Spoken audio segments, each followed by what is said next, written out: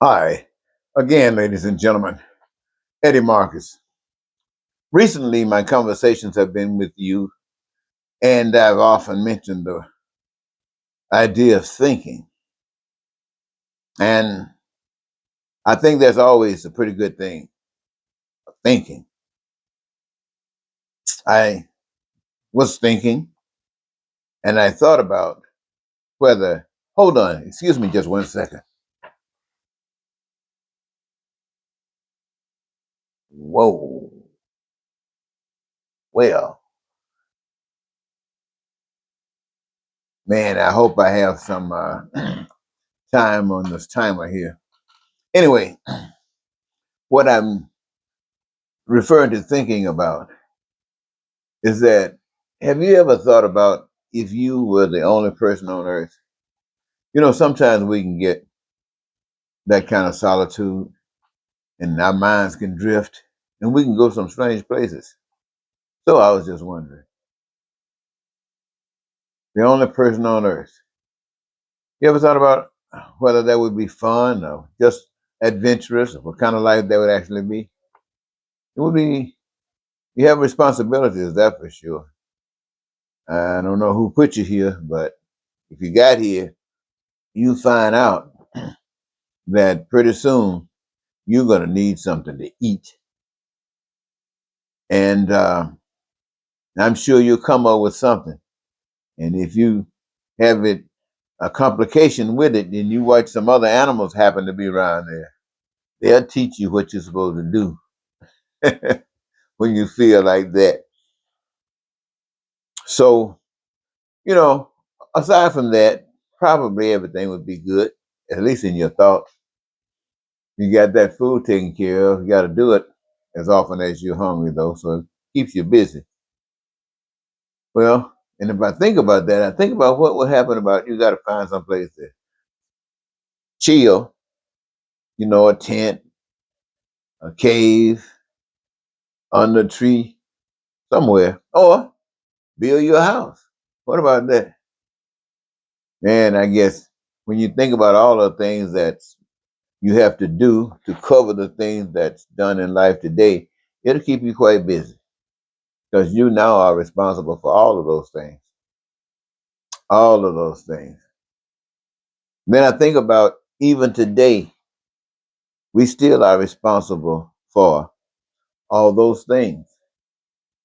And yet, for some people, it is very complicated. And for many others, we make it. And for still others, there's no problem at all. And yet, there are some problems for some people that they never make it. And you look at that thing as you think, and you wonder, why is that? Especially since you're making it and you're satisfied. And for those who are getting by, they're not really satisfied, but they're glad they're not on the low end. But then what is it that would make them think about where they are or what's going on? What is it that would make them? It is the system that allows them to think about what's going on. It is the system and in its design and its education, its process that engages people. And when you see things happening, it is a reflection of all the things that's a part and representative of that system. If it's good, it's good. If it's not, it's not. Well, we all have our own individual thoughts about certain things, and yet we have our own realities when it comes down to that collective.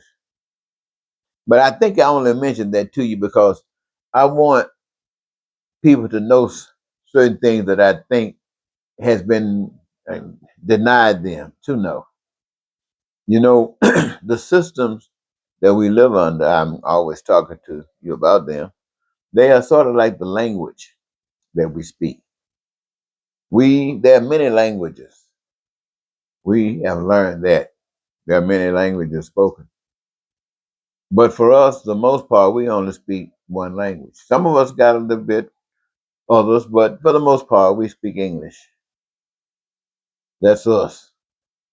And we don't focus on those other languages unless we call ourselves specialized and just want to be have adapting those kinds of things. But for the most part, English is us. And our system is us. Now, it doesn't matter whether we are here in an English speaking area or whether we're in a Spanish speaking or French speaking, whatever area they're speaking, whatever language they're speaking, we might not understand the language, but they do. And when we say food, we know what it means. When a Frenchman says whatever the word for food is, they know what it is. So everybody knows how they translate what their words mean.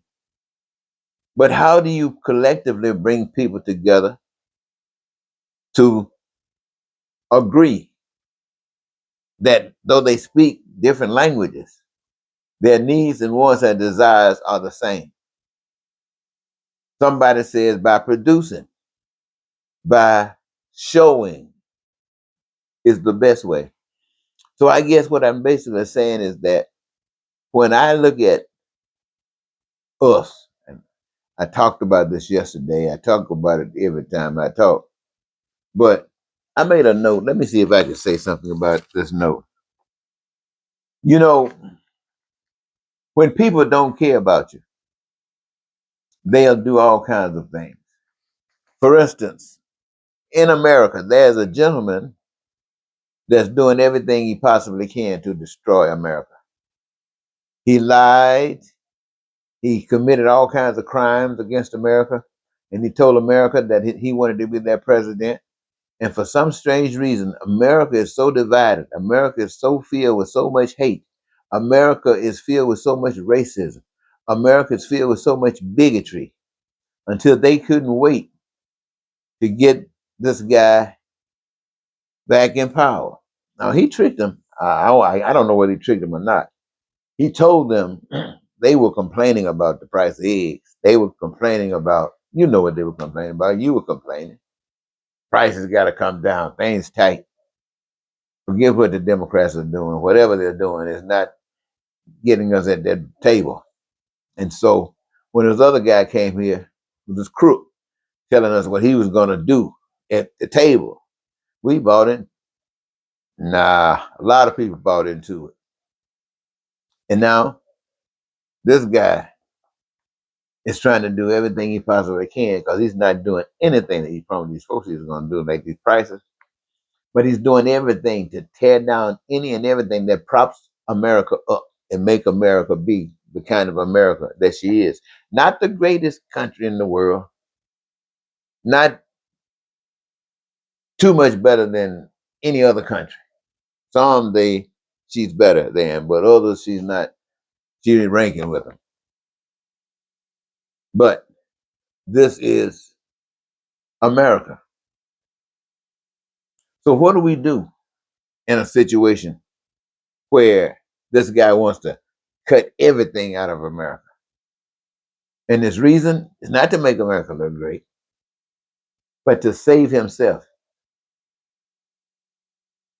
He has wanted to be treated above the law all of his life, and it hasn't happened. And he's being held accountable. Well, at least they threaten to hold him accountable. And he's doing everything he possibly can to make sure that he's not. And one thing to avoid being held accountable for the things that he's done to the people of this country is to make sure that he didn't ever want to be accountable, is to destroy the country. And he won't be held accountable. And at the point of destroying it, making sure he has friends amongst those who are not friends to the people of this country, where he can find and consider it a safe zone after having destroyed America. And it appears to be happening because it is all the same thing. From Trump all the way down to what you might call the weakest link. It happens because of all of it. All of it. But the message that I try to get you to understand is who you are. When you came on the earth as that one individual, that one person, there was no one else responsible for your being on earth. There was no one anywhere. And even the one that was responsible for you being on earth was invisible. You couldn't see it, but you saw the evidence. You saw all that else that is outside of you done. You know you didn't do it. And here you are. And that's a great one. So there's a power somewhere that you can't see that's running the show. You know that. So nothing has changed because with the one came the billions. And the power behind the one is the power behind the billions. And while you, as one, being responsible for your sustenance, your food, your clothing, your educate, your all that stuff, now amongst you by the power of that which is responsible for all existence, you are not now responsible for personally educating, teaching, doctrine, and all that is involved in it, housing and all that stuff. No, no, no. Now you have been given a beautiful opportunity by this power that you can't see. But by putting all of these billions of people on earth, all of them, to work for the glory of one. And what and who is that one? That one is you. To satisfy that you is to glorify that power that you cannot see. It's an indication that we have arrived. It is an indication that we've accepted the fact that we have been forgiven and we've made our choice. And our choice is that we're going to live. And we're going to live by assuring that each and every last one of us participate in all of the various hundreds of millions of little things that's done and is required in all of the life that we have created for ourselves. But we got the billions and billions of people that set themselves aside by the hundreds of millions to engage themselves in different processes to make sure that those things that we are reaching for, dreaming of, and making manifest are being done in the best quality that can possibly be done. And why? Because we have found and had the opportunity to search out amongst all of the things that has to be done, that is required to be done, and choose what we love. Choose that which we love. But that's not all. Not only are we choosing that which we love, but we're giving an opportunity for that which we love to represent that which gives us our greatest joy. Now we have chosen our greatest love, and in return, we're getting our greatest joy. Just an individual have the opportunity to engage themselves in your greatest love, and your reward is your greatest joy as an individual. That's the benefit from the Heavenly Father that's invisible that you can't see. You can't get that from Trump. No, they're trying to tear you down. They're trying to cut your legs from under you. But this is what God has already prepared for you, for every individual that ever came on the face of the earth. Not back in the days before before you could fly your jets, you had to use your wheels that were made out of stone and wood. But it brought you up to the point of where you are today, which is just the start of where you can be and will be tomorrow. Things will be so different. But it is because we made a change. We made the change to allow all of the people to engage in life, to love, to receive the joy. And as a cream on the top, everything in life you can imagine that you want, need, or desire. Now, this is what God designed for you from the very beginning. And it is still there for you right now. But in the beginning, it was given to you, and you had a choice to keep it or do your own thing. Same choice in heaven. The angels, it was given to them. They had a choice to keep it or to do their own thing.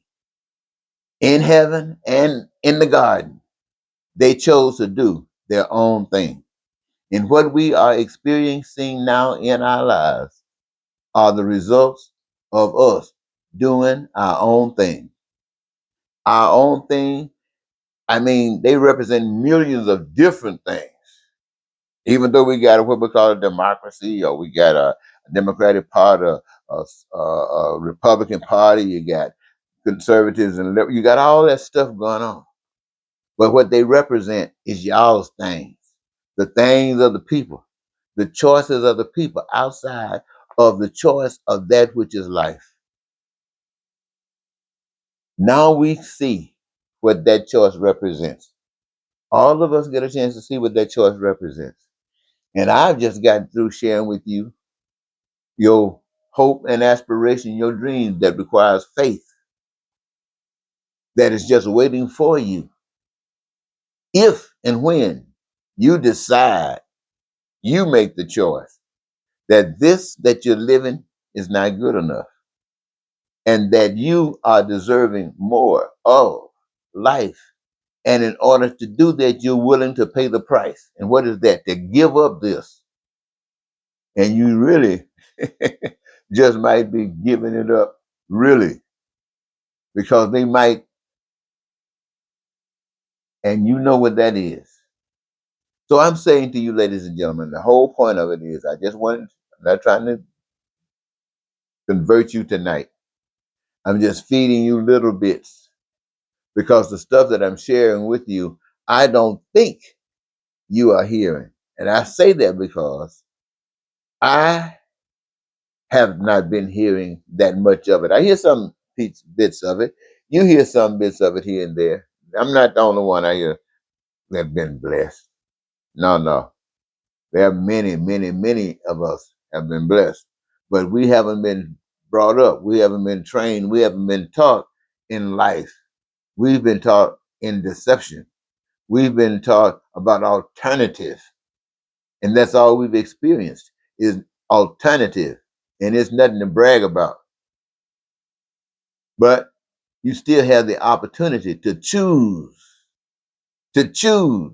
Now before you didn't have the knowledge of right and wrong, of good and evil. You didn't have that knowledge. Now you do. Now you got the knowledge of right and wrong, and you know you got it. You probably already had it, always had it, but you definitely got it now. And now you got the choice, the real choice. Which do you choose? Do you choose the world where it is and where it's going? Or do you choose the world as you would like for it to be? And are you willing to support it according to how it is or how you want it to be? That's the call. That's the challenge to every American. That's the challenge to every human being on the face of the earth. Honor it. Thank you.